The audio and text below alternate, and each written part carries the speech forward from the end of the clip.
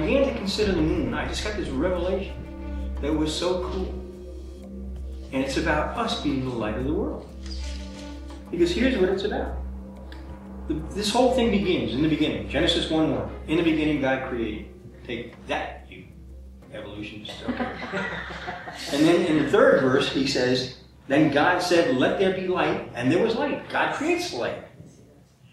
And he goes on in a few verses later, in verse 16 through 18, he says, God made two great lights, the greater light to govern the day, and the lesser light to govern the night. Made the stars also, but God placed them in the expanse of the heavens to give light on the earth, to govern the day and night, to separate the light from darkness, and God saw that it was good. Okay? So, take a dark night, and then take a full moon.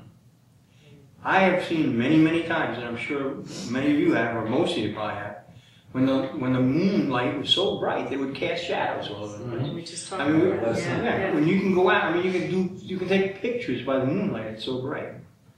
Well, that's an expression we use, but the fact of the matter is, the moon has absolutely no light whatsoever. There's no generator on the moon, or little chipmunks or whatever running around in that thing, and there's no candle, right? The moon has absolutely no light whatsoever. And the light that is the light has disappeared. It's gone over the horizon. That's the sun.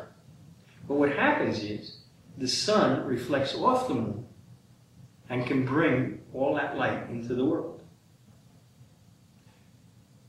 He created the lesser light. We're the lesser light.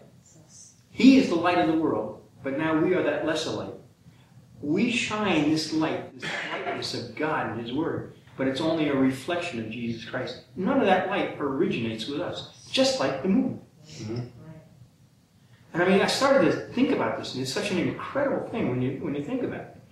And I said it's only high school science. I mean, you stop and think about the moon. It really is. And it's there's so much to be gained, to be understood about the Lord, about the Word, when you begin to consider these things, consider God's creation. Because think about the moon. It's this big, ugly, sorry, man in the moon, rock floating around in the sky. I mean, it's not even smooth. It's all beaten back, right? It's not highly reflective. Now, I said before, it says in Proverbs, don't lean on your own understanding. If we built the earth and we were going to make the lesser light, we would have gotten a gigantic mirror, polished it to bits. I mean, and had NASA put it up in the sky, it would have been so reflective. But God didn't. He chose this non-reflective, beat-up old rock to reflect His light. If that doesn't excite you, then you don't get it yet. Because it shows you don't have to be all smooth and perfect for God to use you. God can use you just the way you are. And He can shine such a bright light on your life that will reflect off and show the total glory of God that will cast. I mean, it'll just be so wonderful. Because it's not based on how smooth and perfect you are. It is based on His work in you. And that touched me so much. And then one of the other things that struck me as I was preaching this, it's an interesting fact. Here on earth, we only ever see one side of the moon. I don't know if you're aware of that. Are you aware of that? Right? Because of the rotation of the earth and the rotation of the moon, we always see exactly the same side of the moon. Well, that's like us humans. We only want to show one side of us to the world. The dark side, you don't want to show. With the dark side, you don't want to show. But you want to know something? God sees both sides. You can't hide anything from Him. And that shouldn't be something that scares you when you come to the realization of His wonderful, amazing grace. You don't have to hide anything from Him. But it is amazing to think that all that light, I mean, it's like we're always hiding one side of us from people. We just want them to see the bright side of us. Well, you know what? When you get to the place where you realize that the only thing they ever see is a reflection of God's light, that they're not looking at you. They're looking at the Lord's light bouncing off of you. You're going to become a lot more comfortable with all of this. Like I said, the moon is a big beat up rock with no reflective qualities. And that's what the Lord chose to reflect his light into the world. In fact, one of the things that makes the moon as reflective as it is the fact that it's been beat up by so many meteors. Yeah.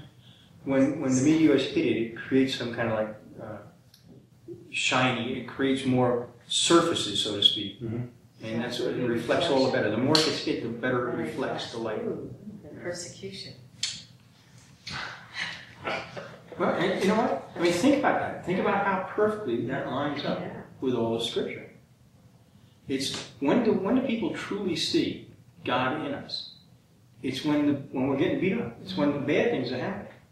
You know, Jesus said, look at the pagans, the unbelievers. They love those who love them.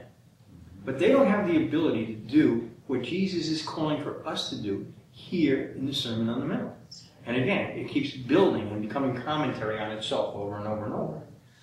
How do they see his light reflecting? How do they see Jesus in us? They won't take notice when you love somebody that loves you. Right. But when you love somebody that's hating you, cursing you, when you bless those who curse you, when you love your enemies, the world takes notice. You know why? Because they can't do that. They can't do it. They can't even understand it.